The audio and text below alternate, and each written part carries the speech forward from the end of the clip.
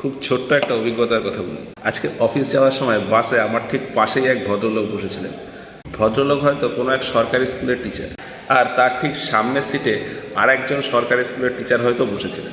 তো আমার পাশের ভদ্রলোক ওই সামনের ভদ্রলোককে বলছেন যে দেশে কর্পোরেট সিস্টেম এসে গিয়ে দেশটা পুরো শেষ হয়ে যাচ্ছে। এখন এই কথাটা শুনে ওনার আগের একটা কথা বলায় আমার খুব আশ্চর্য লাগলো। এই কথাটা বলার কিছুক্ষণ আগে আমার পাশের ওই ভদ্রলোক সামনের ওই ভদ্রলোককে বলছেন যে এখন অনলাইন সিস্টেম খুব ভালো হয়ে গেছে।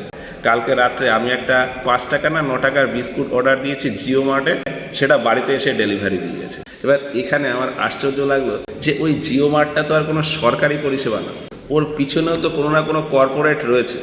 আর উনি ওই 5 টাকা বা 9 টাকার বিস্কুটের জন্য ওই কর্পোরেটের প্ল্যাটফর্মটাকে তো ব্যবহার করেছে। তার মানে ওই ব্যক্তি ইনডাইরেক্টলি ওই কর্পোরেটটাকেই তো প্রমোট করলো।